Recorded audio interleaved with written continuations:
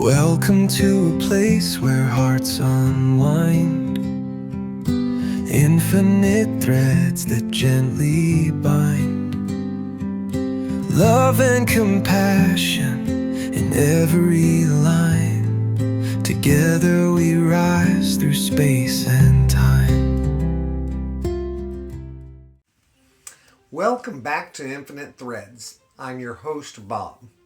There's a point on this journey where something starts to feel unfamiliar in a way that's hard to name.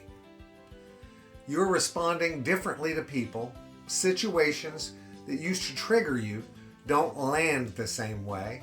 You notice yourself pausing more, listening longer, feeling things you might have brushed past before. And somewhere in all of that, a quiet concern shows up. Am I getting softer? And if I am, is that going to make things harder for me? It's an honest question, especially in a world that tends to reward sharpness, speed, and emotional distance. We're not really taught what to do with softness once we grow up. We're taught how to survive, how to endure, how to keep moving, but not how to stay open. Most of us learned early what strength was supposed to look like. It meant holding it together, not letting things show, not letting people see where you might be affected. Strength was composure, strength was control, and strength was being able to take a hit and keep going. And to be fair, that kind of strength got many of us through years we didn't have the tools for. It helped us function, it helped us adapt. It helped us keep showing up when life felt heavy or unpredictable. But there's a difference between surviving and living. And eventually, that old definition of strength starts to feel tight, like you're constantly bracing for impact even when nothing is actually happening. That's often when love starts doing its quiet work. Softness doesn't arrive all at once. It shows up in small ways. You realize you're not reacting as quickly. You don't feel the same urge to defend yourself in every conversation, and you notice that you can sit with discomfort a little longer without needing it to escape or fix it. At first, that can feel risky. There's a vulnerability in not being armored all the time. A sense that you're closer to the surface of things, closer to other people, and closer to yourself. You feel more, you notice more, and that can be unsettling if you've spent years learning how not to.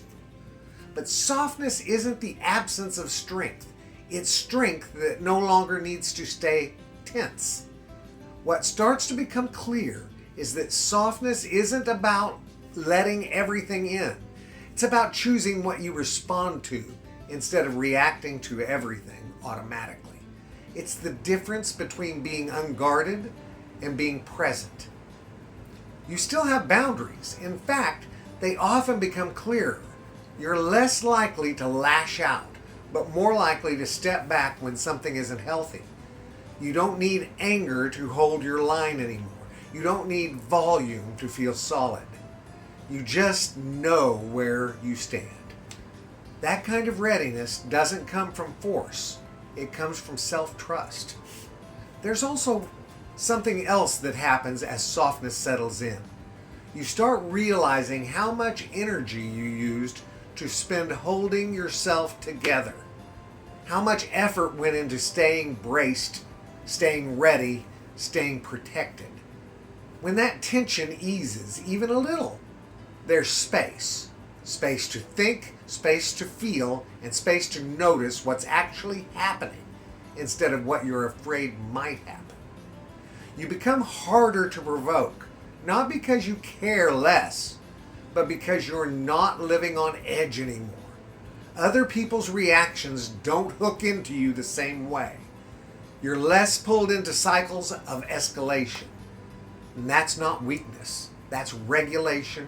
That's maturity.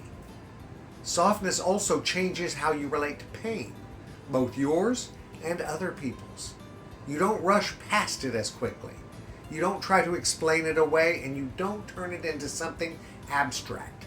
You just let it be what it is. Pain. And strangely, that makes it more bearable. Pain that's acknowledged moves. Pain that's resisted tends to stay. This is one of the quiet strengths of softness. It allows things to pass through you instead of getting stuck. It's important to say this clearly. Becoming softer doesn't mean becoming smaller. It doesn't mean accepting harm. It doesn't mean losing your voice or your values. If anything, it brings you closer to them. When you're not constantly defending yourself, you're more honest. When you're not hardened, you're more discerning. And when love leads, you don't abandon yourself. You show up more fully. Softness doesn't erase strength. It refines it. You may notice that people respond differently to you as this shift happens. Not always consciously, but there's a steadiness they can feel, a lack of sharp edges, a sense that you're actually present with them instead of waiting for your turn to react. That presence changes conversations. It slows things down. It makes room for something more human to emerge. And that's not because you're trying to be anything in particular. It's because you're no longer trying so hard to protect yourself from every possible outcome. If you're finding yourself becoming softer, it doesn't mean you're losing your edge. It means you're no longer living in constant defense mode. You're choosing awareness over armor. That's not an easy shift, but it's an honest one. And it takes more strength than the old way ever did. I love you all very, very, very much. And you know what I need you to do. Go out and pass that on. Later, Gators. Bye-bye.